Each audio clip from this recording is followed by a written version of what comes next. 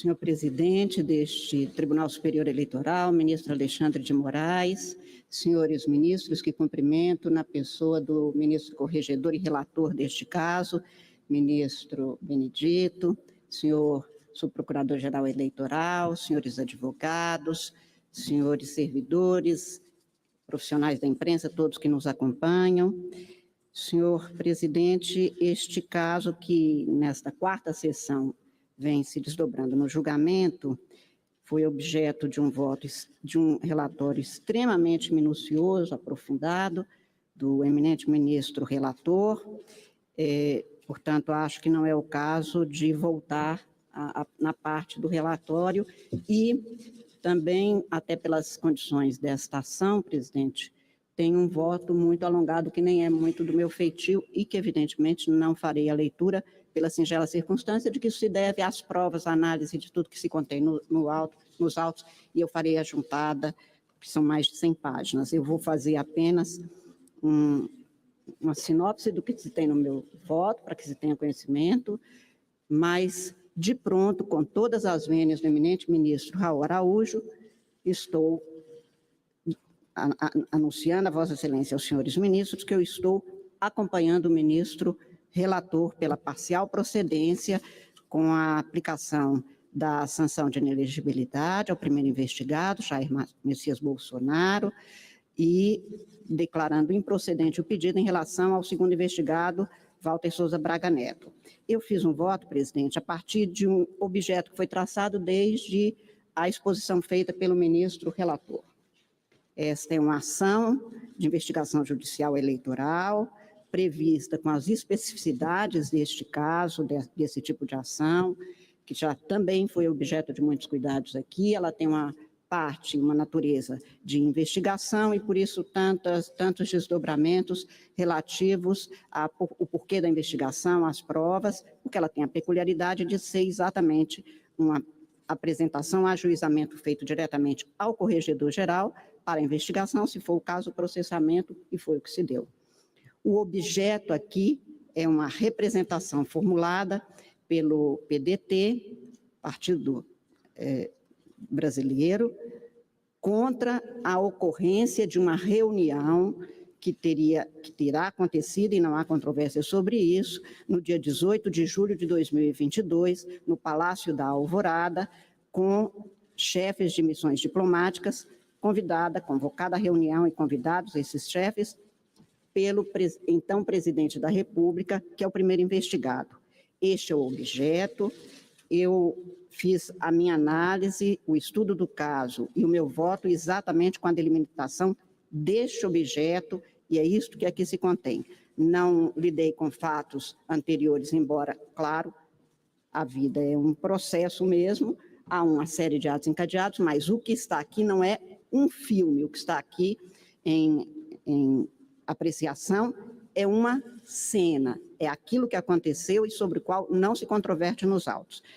Ocorreu, portanto, esta reunião, e nesta reunião, num monólogo, o primeiro investigado, que então, como disse, era presidente da República e já se reconhecia há menos de 3 meses das eleições do ano passado, como ele mesmo põe, em várias passagens daquela peroração, que se cuidava ali de um tratamento, de uma exposição, basicamente sobre alguns temas, todos eles relativos à eleição. Este é o objeto, é isso que foi cuidado, as provas foram produzidas porque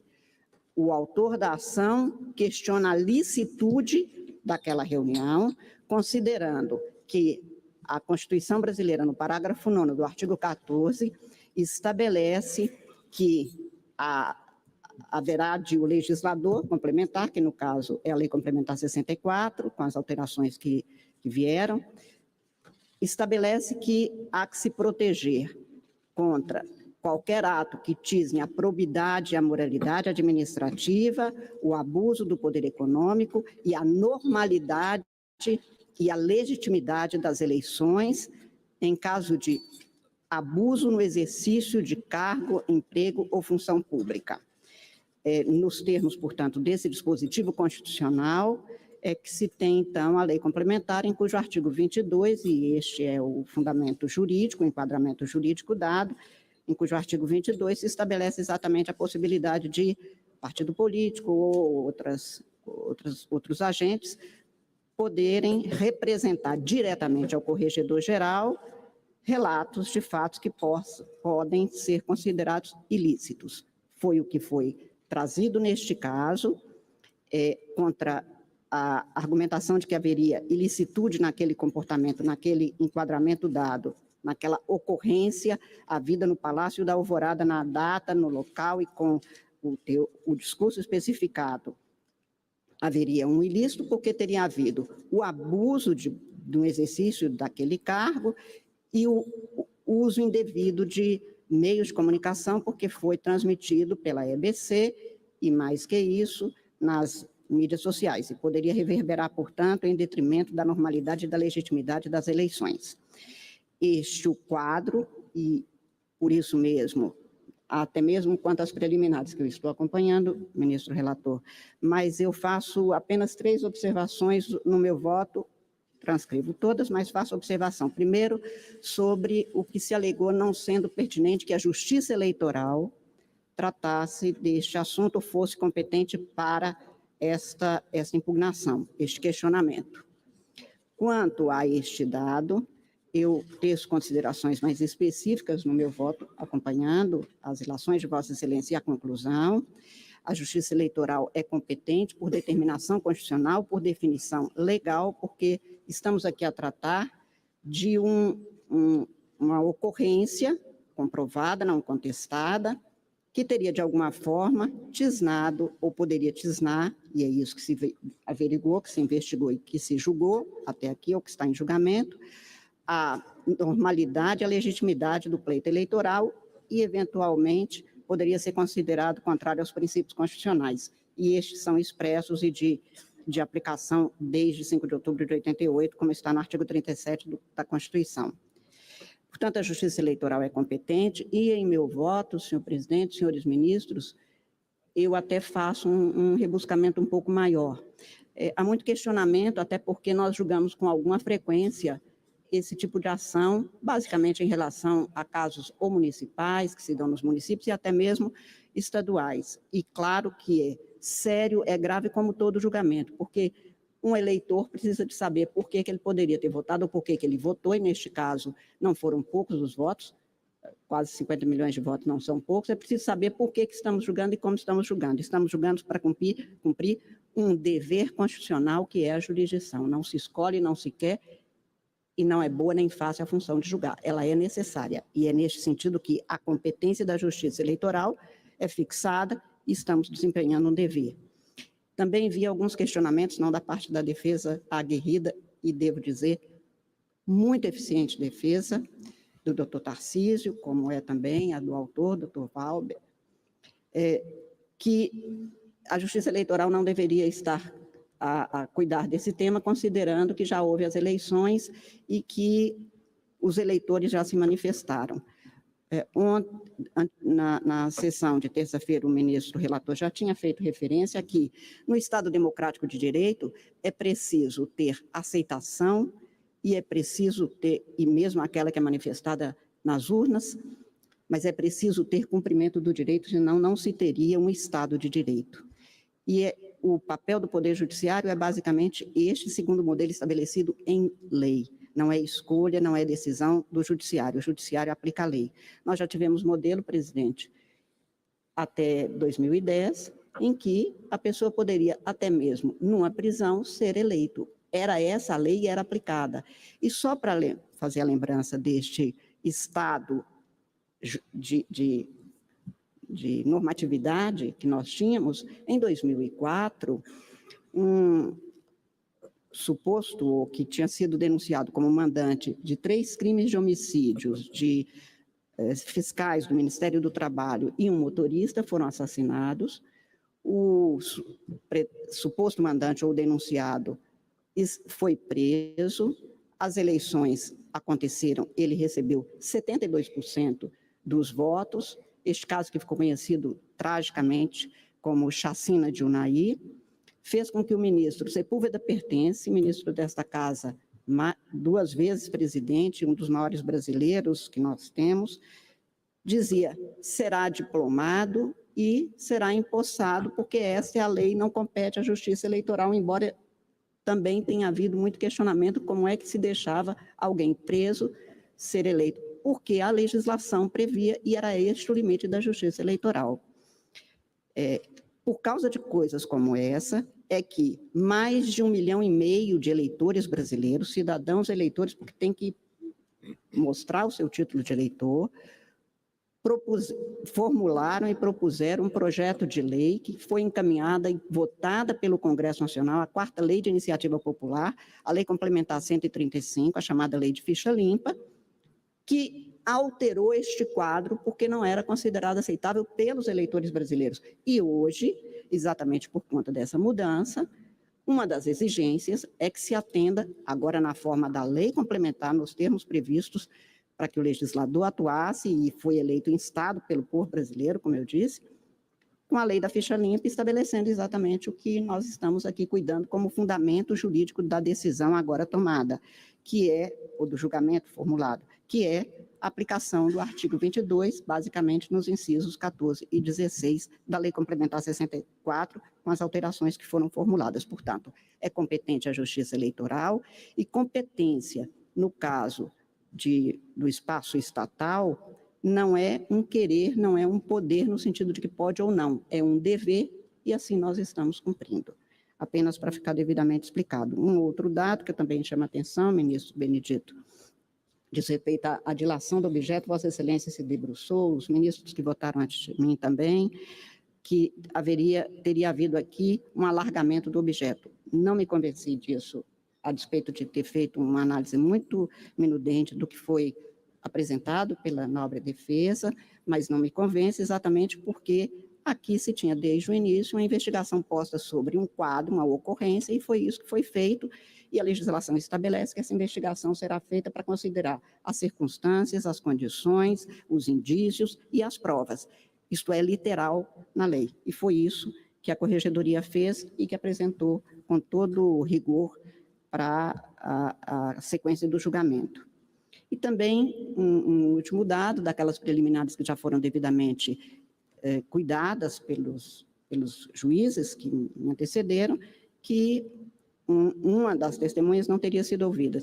Em primeiro lugar, não se comprovou a imprescindibilidade dessa testemunha. Em segundo lugar, nós temos uma legislação e uma jurisprudência amplamente, fortemente consolidada, no sentido de que o juiz haverá de verificar a pertinência das provas que são requeridas, até porque, senão, alguns julgamentos não acabariam nunca mais se fosse ficar à vontade, ao luto de uma das partes. Enfim, eu estou acompanhando nas preliminares, senhor presidente, o ministro relator, faço isso pormenorizadamente, com detalhamento no voto. E no mérito, apenas para afirmar, eu me baseei no enquadramento jurídico, no parágrafo 9º do artigo 14 da Constituição Brasileira, que trata, como eu acabei de dizer, exatamente da possibilidade ou da necessidade de se garantir a normalidade e a legitimidade das eleições contra abuso no exercício de cargo, função ou emprego público. E esta lei é a Lei Complementar número 64, em cujo artigo 22 se tem esta possibilidade de ajuizamento de uma ação de investigação judicial eleitoral, como estamos fazendo. Os fatos são incontroversos, a reunião aconteceu, foi convocada pelo então presidente da República, que é aqui o primeiro investigado, o teor está disponibilizado, está nos autos, foi examinados por todos, foi transcrito, não houve negativa de que aquilo tenha acontecido, e nos autos se contém, primeiro, como se deu a organização desta reunião. Esta reunião não, se afirmou muito, e a defesa dizia que não tinha conteúdo eleitoral. Eu não vou fazer a leitura, porque já foi feito em várias ocasiões, presidente, mas o presidente, no monólogo, e se tratava efetivamente de um monólogo, porque ele falou, não houve perguntas, não houve inscrição para perguntas, foi apenas uma exposição. Nessa exposição à vida, se tem exatamente que teria havido a convocação no dia 13 de julho, quarta-feira, para a segunda-feira, quando se deu a reunião. Não se contou, e se fala muito neste caso, que houve no discurso muitos ataques ao Poder Judiciário, basicamente na figura de alguns dos seus integrantes, dos ministros do Supremo Tribunal Federal e deste Tribunal Superior Eleitoral, mas até mesmo a leitura e o estudo dos autos mostra que sequer o Poder Executivo, os órgãos do Poder Executivo foram respeitados. Por decreto, por norma expressa, a organização desses eventos se dá quando se trata de ato de governo, exatamente ao Itamaraty. E perguntado, e já foi lido aqui mais de uma vez, o então ministro das Relações Exteriores, Carlos França, diz que não sabia, não participou, que apenas foi instado para oferecer tradução. Enfim, esta organização se deu por um grupo que seria um grupo pequeno, ligado ao então presidente da República, com um objetivo muito específico que fica claro no sentido de apresentar no seu monólogo o que lhe parecia apropriado, a despeito de nem sempre o que parece uma coisa é lícito, principalmente quando se tem a comprovação objetiva, formal e contundente de que se tratou de um monólogo no qual se teve a autopromoção, que é comprovada pelas transcrições que foram feitas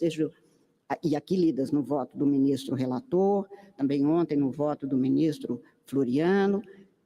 também no meu voto estão transcritos, quando se diz o Brasil está voando, etc. Já estávamos há praticamente 3 meses das eleições, como o primeiro investigado repete. Há referências que também aqui já foram repetidas de desqualificação do Luiz Inácio Lula da Silva, que seria o adversário nas urnas do primeiro investigado. Houve agravos contundentes contra o Poder Judiciário, a desqualificação do Poder Judiciário, um ataque deliberado com a exposição de fatos que já tinham sido também objetiva, formal e profundamente refutadas por este Tribunal Superior Eleitoral. Os ataques ao Poder Judiciário se deram com nomeação de alguns dos ministros, como os ex-presidentes dessa casa, ministro Roberto Barroso e ministro Luiz Edson Fachin, e também a Vossa Excelência, presidente, de uma forma extremamente grave e contundente. É preciso que se saiba que a crítica feita ao Poder Judiciário e a crítica feita a nós, juízes, ou a todo servidor público, acontece, e aí eu posso falar de cátedra, porque nos últimos tempos nós temos sido fustigados com toda acidez, com todas as críticas. E a crítica faz parte. O que não se pode é um servidor público, no espaço público, no equipamento público, com divulgação pela EBC e pelas redes sociais oficiais, fazer achaques contra ministros do Supremo como se não estivesse atingindo a própria instituição, e não há democracia sem Poder Judiciário independente. A alegação que é feita, sem que houvesse provas, nem contra o processo eleitoral, nem contra a justiça eleitoral, nem contra os ministros dessa casa, não tinha razão de ser, a não ser efetivamente desqualificar a própria justiça eleitoral e o próprio Poder Judiciário, e com isso atacar-se a democracia. Devo dizer, presidente, não precisaria, mas como, além de colega agora no Supremo Tribunal Federal, como colega de cátedra de Direito Constitucional, tanto do ministro Roberto Barroso, quanto do ministro Fachin, quanto de Vossa Excelência, que todos os 3 são pessoas cuja notabilidade do saber são óbvias. Ninguém perguntou, quando um desses 3 foram nomeados, quem era Barroso, quem era Fachin. Todo mundo sabia quem era. A notabilidade estava posta, a notabilidade do saber. Então, é preciso que haja comprometimento, respeito, para que se tenha confiabilidade, sem o que não existe democracia. A base de uma cultura democrática se dá assim, e nós, servidores públicos, temos muito mais o dever de respeito, porque sem isso se tem, presidente, eu vou usar aqui uma expressão que é do Carnelutti, e que se aplica ao abuso de poder no processo civil, mas que serve aqui. que é o que o Carnelutti chama de consciência de perverter.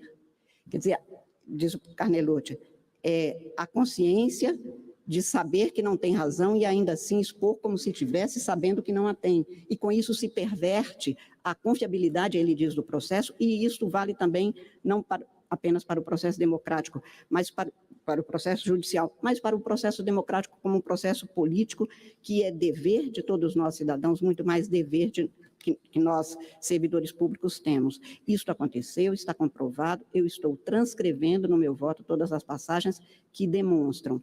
A nobre defesa afirma que teria havido um diálogo institucional. Não me convencem as razões, porque quando se afirma, por exemplo, que quem atenta contra as eleições e a democracia, quem faz isso? O próprio TSE, disse naquela ocasião o primeiro investigado, ao tentar esconder o inquérito tal. Tudo isso tinha sido devidamente esclarecido. Depois, ao tentar desqualificar as próprias missões de observadores que se tem no mundo todo, participamos como convidados e sempre convidamos a que viessem aqui, e naquela ocasião, entre as muitas passagens que eu poderia citar, aquela na qual o primeiro investigado afirma: no Brasil não tem como acompanhar a apuração. Eu não sei o que vem fazer aqui os observadores de fora aqui. Vão fazer o quê? Vão observar o quê? Se o sistema é falho, segundo o próprio TSE, é inauditável, também segundo os auditoria externa pedida por um partido político. Isto tudo de desqualificar esta consciência de perverter faz com que não apenas o ilícito tenha acontecido colocando em risco a normalidade e a legitimidade do processo eleitoral e, portanto, da própria democracia, mas isto foi divulgado, ou seja, com o uso indevido dos meios de comunicação para solapar a confiabilidade de um processo sem o qual nós não teríamos sequer o Estado de Direito, porque a Constituição não se sustentaria, presidente. A legislação impõe que a Justiça Eleitoral verifique a gravidade quantitativa e qualitativa, que também foi feito e exposto com muita maestria no voto do ministro Benedito, a quantitativa pela exposição que foi feita com o uso indevido dos meios de comunicação oficiais, e a qualitativa porque exatamente se alcançou não apenas eleitores, como diz a defesa, e é verdade, os chefes de missões diplomáticas não são eleitores, mas são pessoas que reverberam. Devo dizer, presidente, que se tem notícia que no dia 28, anteontem até, numa leitura feita no Conselho de Direitos Humanos da ONU, o senhor Clément Wool teria lido, ele passou aqui como relator da ONU para estes casos, ele passou no Brasil no ano passado e teria lido exatamente dando notícia de que houve a tentativa de desqualificação das urnas eletrônicas da Justiça Eleitoral, o que significa que a gravidade disso vai para além daquele momento, mas eu estou examinando neste momento o que poderia e qual é a força dessa desqualificação que poderia ter gerado consequências muito maiores e como se afirmou o legislador brasileiro no inciso 16 do artigo 22 da Lei Complementar 64, não se verifica qual foi o efeito qual foi o efeito gerado naquele momento, mas a potencialidade deste efeito. Mas qual é a gravidade? A gravidade também ficou devidamente comprovada, como mostrou o senhor corregedor-geral, relator deste caso, e por todos os motivos, senhor presidente, como disse a Vossa Excelência, como de pronto disse, eu estou votando pela procedência do pedido nos termos do voto do ministro relator para aplicar a sanção prevista no inciso 16 do artigo 22. Devo dizer que a lei não modula e nem dá possibilidade de ser um pouco mais ou um pouco menos, ela fixa exatamente o que se tem, portanto, aqui não poderia ter sido outra coisa, poderia ter sido uma multa, nós já julgamos este caso no precedente que também foi muito citado, sobre propaganda eleitoral, a significar que a reunião tratou e teve caráter eleitoreiro, por isso mesmo foi considerada propaganda eleitoral, mas o mesmo fato pode gerar e gera consequências no plano eleitoral e até em outros níveis, em todos os ramos do direito, no eleitoral não é diferente, por isso eu estou acompanhando exatamente para dar aplicação ao inciso 16 do artigo 22 da Lei Complementar 64, condenando, portanto, o primeiro investigado pela prática de abuso de poder político no exercício de cargo da administração pública, de governo, de uso indevido dos meios de comunicação nas eleições de 2022 e, por conseguinte, declarar inelegibilidade nos 8 anos seguintes ao pleito daquele ano, 2022, e julgando improcedente o pedido em relação ao segundo investigado, uma vez que nada se comprovou em relação a qualquer participação ou prática dele na ocorrência, no evento, na reunião, que é o objeto precípio aqui investigado e objeto deste julgamento. Também estou acompanhando o relator, senhor presidente, nas providências por ele adotadas, determinadas exatamente o encaminhamento à Vossa Excelência, ao ministro Fux, ao Tribunal de Contas, ao Ministério Público. Como voto, senhor presidente, e farei a juntada, portanto, do voto na íntegra, se fizer as últimas correções. Agradeço a nossa vice-presidente, ministra Carmen Lúcia, que acompanhou integralmente o eminente ministro